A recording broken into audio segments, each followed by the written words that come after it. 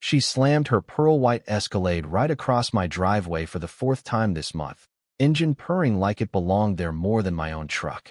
"Just a quick community compliance check, dear," she cooed without even turning around, clipboard swinging like a royal decree while her pastel cardigan fluttered in the breeze. Little did this HOA queen bee know the quiet single dad she was trapping was about to flip her entire mini-dictatorship upside down.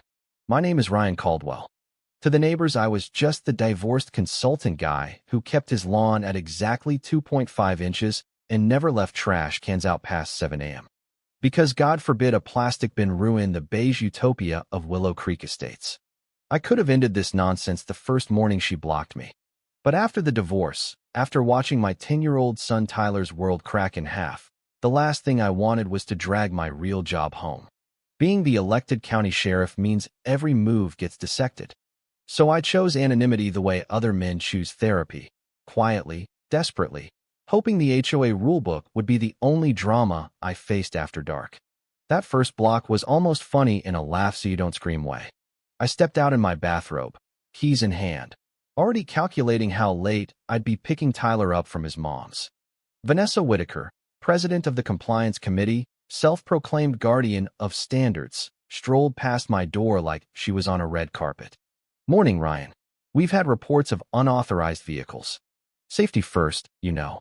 Her smile had more teeth than a shark at a blood drive. I kept my voice even. "Ma'am, you're blocking my driveway. I need to leave." She tilted her head, the way people do when they're pretending to be reasonable. "Oh, bless your heart. This is temporary. I'll be done in a jiffy." 37 minutes later, I was still waiting, watching her measure misses. Alvarez's hedges with a tape measure like she was defusing a bomb. I told myself it was a one-off. Karen energy, suburban style. But 2 days later the Escalade was back, perfectly angled so my truck couldn't even nose out without scraping. Same clipboard. Same syrupy tone. "We're verifying curb appeal today. You understand." This time Tyler was waiting on the porch steps, backpack too big for his shoulders, eyes asking the question he was too polite to voice. "Dad, why are we late again?" I swallowed the rage, waved him inside, and called his mom to push pickup an hour. Again. By the third week, the compliance checks had become performance art. Vanessa would park, exit slowly, adjust her pearls, then spend 45 minutes walking the block announcing violations loud enough for everyone to hear. Someone's bird feeder is 2 inches too low. That's a safety hazard. Meanwhile, her own mailbox was peeling. Her lawn had more weeds than grass, and her husband's boat sat on blocks in the driveway like a permanent eyesore. The irony was so thick you could spread it on toast. But I stayed silent. Documented every time, every excuse, every smirk, all in my head, the way I'd learned on the job. Because ego doesn't fix anything, patience does. Until it doesn't. The neighbors started noticing. Mrs. Patel across the street would suddenly remember she needed to water her roses the second Vanessa appeared. Old Mr. Jenkins suddenly found his newspaper fascinating whenever I stepped outside. Whispers followed me like cheap perfume. "He comes and goes at odd hours, wonder what he's really doing." Vanessa's voice carried just far enough. "I'm only looking out for the community, you know. Some people don't respect the rules." She never said my name. She didn't have to. One Saturday, Tyler asked why the other kids weren't riding bikes past our house anymore. I lied and said everyone was busy. He nodded the way kids do when they know you're lying, but love you enough not to call it out.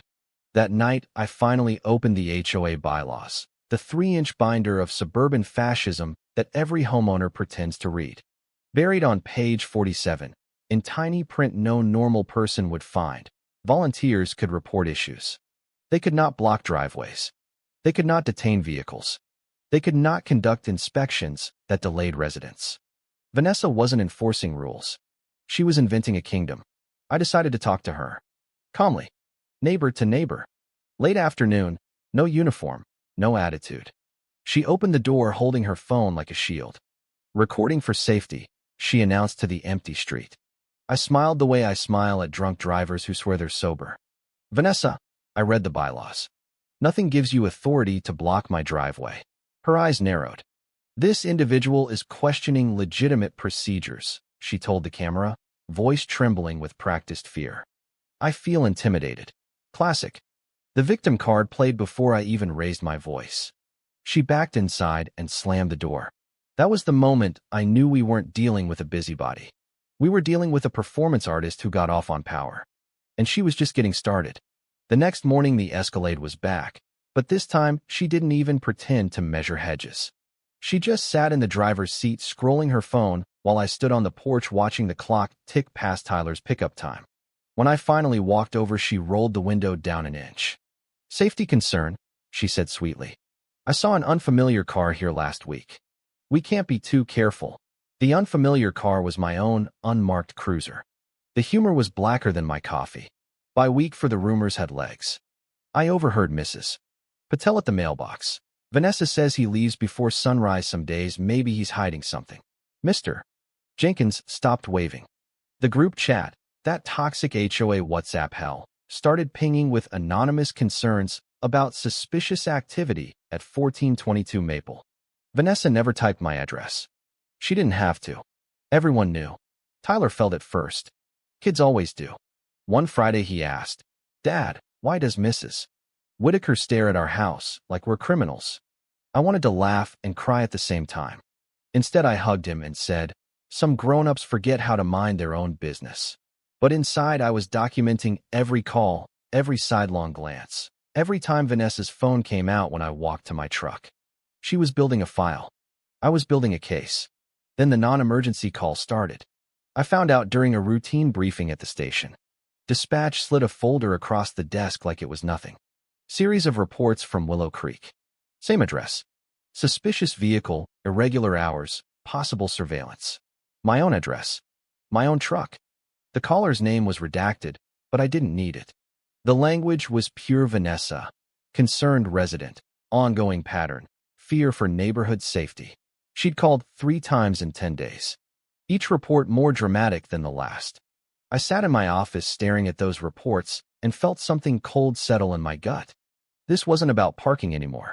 This was about destroying the quiet life I'd carved out for my son.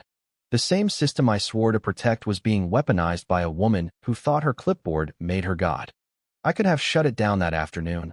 One phone call, one badge flash. But I waited. I needed her to keep digging the hole until it was deep enough to bury her in. The final straw came on a Thursday. Tyler's baseball game.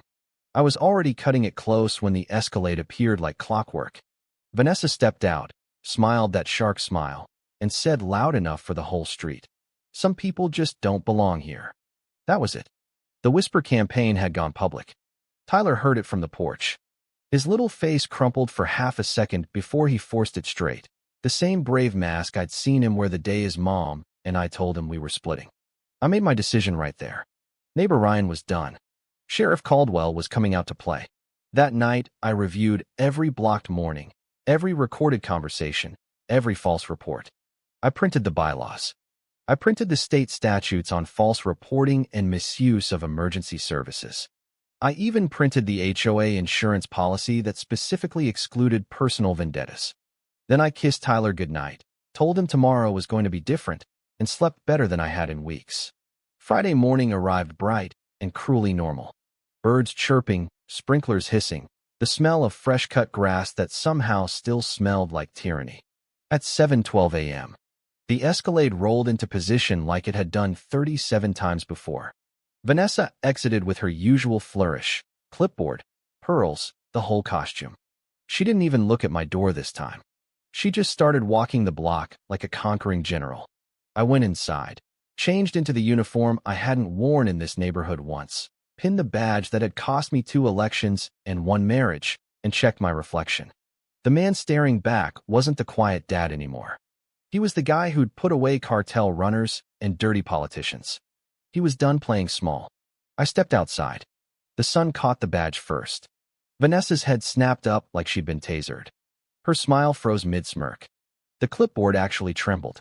For the first time in months, she had nothing to say.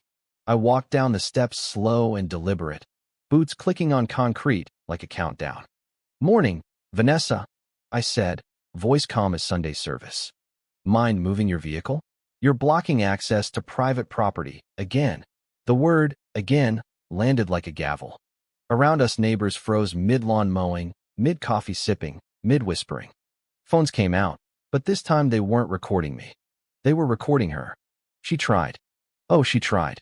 This is a compliance check, Sheriff. I mean, Ryan. I didn't realize. The title slipped out before she could catch it. Her face went the color of spoiled milk. I was only trying to help the community. The clipboard slipped from her fingers and clattered on the driveway like a confession. I pulled out the folder I'd prepared. Every time-stamped photo, every bylaw violation, every police report she'd filed under false pretenses. Help? You filed 3 false reports claiming suspicious activity at my address. You blocked my driveway 37 times. You created a hostile environment for my 10-year-old son. That's not help, Vanessa. That's a felony pattern. Her mouth opened and closed like a fish on a dock. I felt threatened. I was protecting everyone. The same script she'd used on camera, now playing to an audience that finally saw the strings. Mr. Jenkins actually snorted. Mrs. Patel crossed her arms and shook her head. The street had turned. I radioed dispatch right there in front of God and the entire HOA group chat. Need a tow at 1422 Maple. Repeated obstruction of private driveway. Documented false reports. The tow truck arrived 12 minutes later. No sirens, just quiet professional efficiency.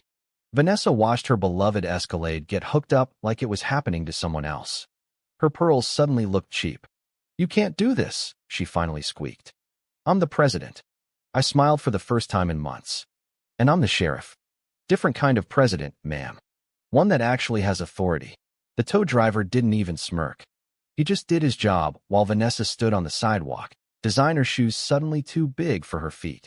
By Monday, the HOA board sent a sterile email. Clarification of roles. Volunteers may report concerns only.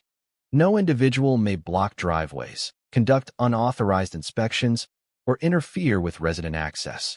Violations will result in removal from committees. No names. No apologies. But everyone knew. Vanessa's clipboard empire had been dissolved with 1 paragraph and 1 tow receipt. Neighbors started waving again. Mrs. Patel brought over homemade samosas and actually looked me in the eye. Mr. Jenkins asked if I wanted to join the poker night he'd forgotten to invite me to for 2 months. Tyler rode his bike past every house on the block and came home grinning like the world had been fixed. The driveway stayed clear. Every single morning. Vanessa's house went dark for a while. She still lives there, but the pearls come out less. The Escalade parks in the garage now. And every time I drive past, I give a little 2-finger salute off the steering wheel. Not to mock her, just to remind her the quiet guy she tried to break was never quiet at all. He was just waiting for the right moment to show the badge. So here's the question that keeps me up at night, and probably keeps you watching these stories. Was I wrong to stay silent for so long, letting her dig her own grave just to protect my son's peace? Or was Vanessa the real villain for turning a neighborhood into her personal police state? Who was truly in the wrong here? The dad who waited, or the Karen who thought her clipboard made her untouchable? Drop your verdict in the comments. I read every single one.